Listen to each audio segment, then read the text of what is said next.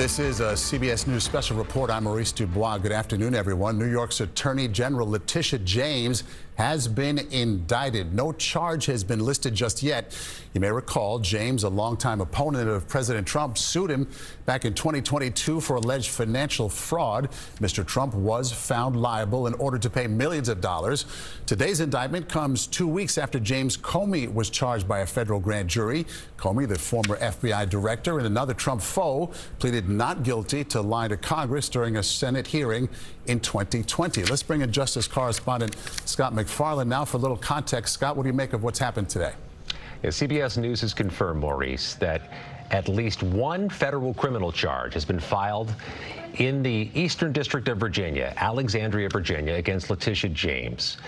The charge is unclear just yet, but we know she was under investigation and accused by a member of the Trump administration of bank fraud for paperwork she signed while buying her niece a home in Norfolk, Virginia, which is also in the Eastern District of Virginia. She has denied that anything involved with the paperwork for that home purchase was mortgage fraud, but the case was approved by a grand jury in Alexandria, Virginia today. The case then heads to Norfolk, Virginia, which is the area of Virginia where the alleged crime took place.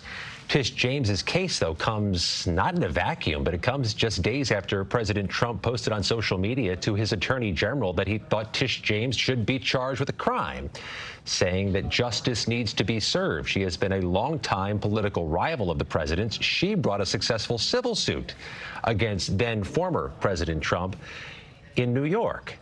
Tish James has, again, denied any wrongdoing in relation to this matter, but the prosecution was handled by Lindsay Halligan. Who is Lindsay Halligan? She is the recently appointed U.S. Attorney for the Eastern District of Virginia. She was a former White House aide for President Trump. She succeeded a different Trump appointee who did not bring forward a case against Letitia James. This is all very similar, Maurice, to what we saw with former FBI Director James Comey. The same grand jury in the same courthouse in Alexandria, Virginia, indicted James Comey on 2 federal charges to which he pleaded not guilty yesterday. And now it appears they brought forward at least a charge unknown, against Tish James. Okay, Scott, so now Tish James has to answer the charges at some point. What happens next? Again, the case is going to shift from Alexandria, Virginia to Norfolk, Virginia. There's different courthouses in Virginia that the Department of Justice operates in. The grand jury was in Alexandria, but the case goes to Norfolk. At some point after this charge surfaces in the court docket, after the indictment is publicly available, there will be some form of an initial or preliminary hearing, potentially an arraignment. That's something that likely happens in a matter of days. The Attorney General of New York would be a criminal defendant of the federal government in Virginia. Okay, extraordinary to just hear you say those words. Scott McFarland, thank you. Let's go to the White House now. Nancy Cordes has been monitoring reaction there. Nancy, what are you hearing?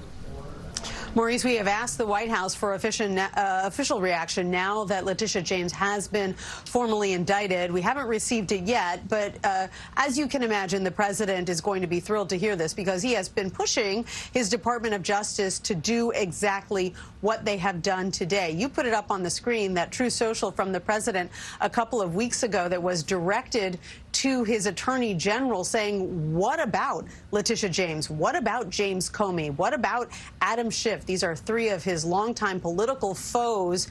Why aren't we going after them? They are all, in his words, guilty as hell, but nothing is going to be done. Well, now 2 of the 3 of those individuals are being indicted. And the president was asked the other day, Maurice, whether he fears that what is seen by many as his interference, putting his thumb on the scale, urging his own Department of Justice to go after these individuals, in some cases years after the incidents that he has construed as crimes.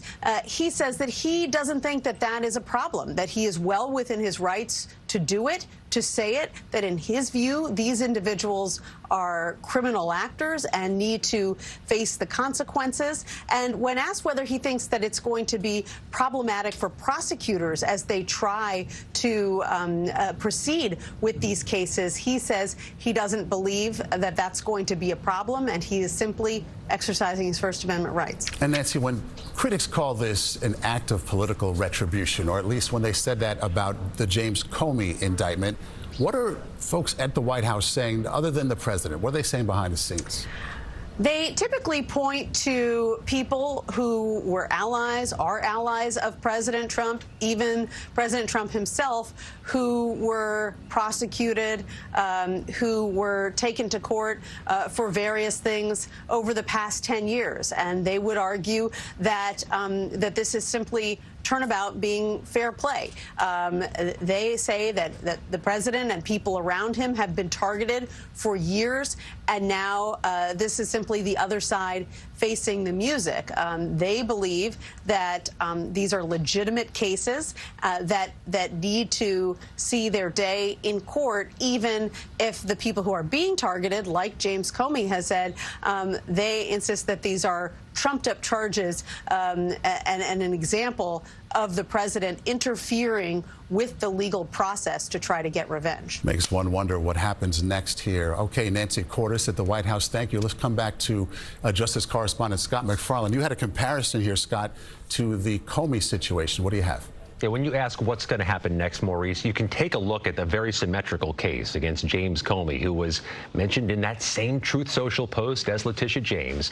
James Comey yesterday, when he was arraigned in the federal court, not only pleaded not guilty, but his defense attorney said they are going to file a motion to get the case dismissed, arguing vindictive, selective prosecution. You can go to any federal courthouse in America and you'll find defendants each day saying they're being selectively or vindictively prosecuted, but this one, they argue, is different. The president name-checked these individuals to his attorney general, and in a matter of days, a hand-selected federal prosecutor with a close allegiance to the president herself went into the grand jury and secured an indictment. The U.S. Attorney Lindsay Halligan did indeed successfully execute her argument. The grand jury found there was reason to hand up an indictment, but there could be a different type of case here, Maurice, a different type of argument for selective prosecution. James Comey's argument will be submitted to the court by October 20th. Okay, Scott MacFarlane, thank you so much for that. It is easier to indict someone than it is to convict them. We'll keep that in mind as we watch this going forward. Once again, New York's Attorney General Letitia James has been indicted by a federal grand jury. No specific charge has been listed just yet, but our coverage will continue on CBS News 24/7, your local news, and tonight on the CBS Evening News. This has been a CBS News Special Report.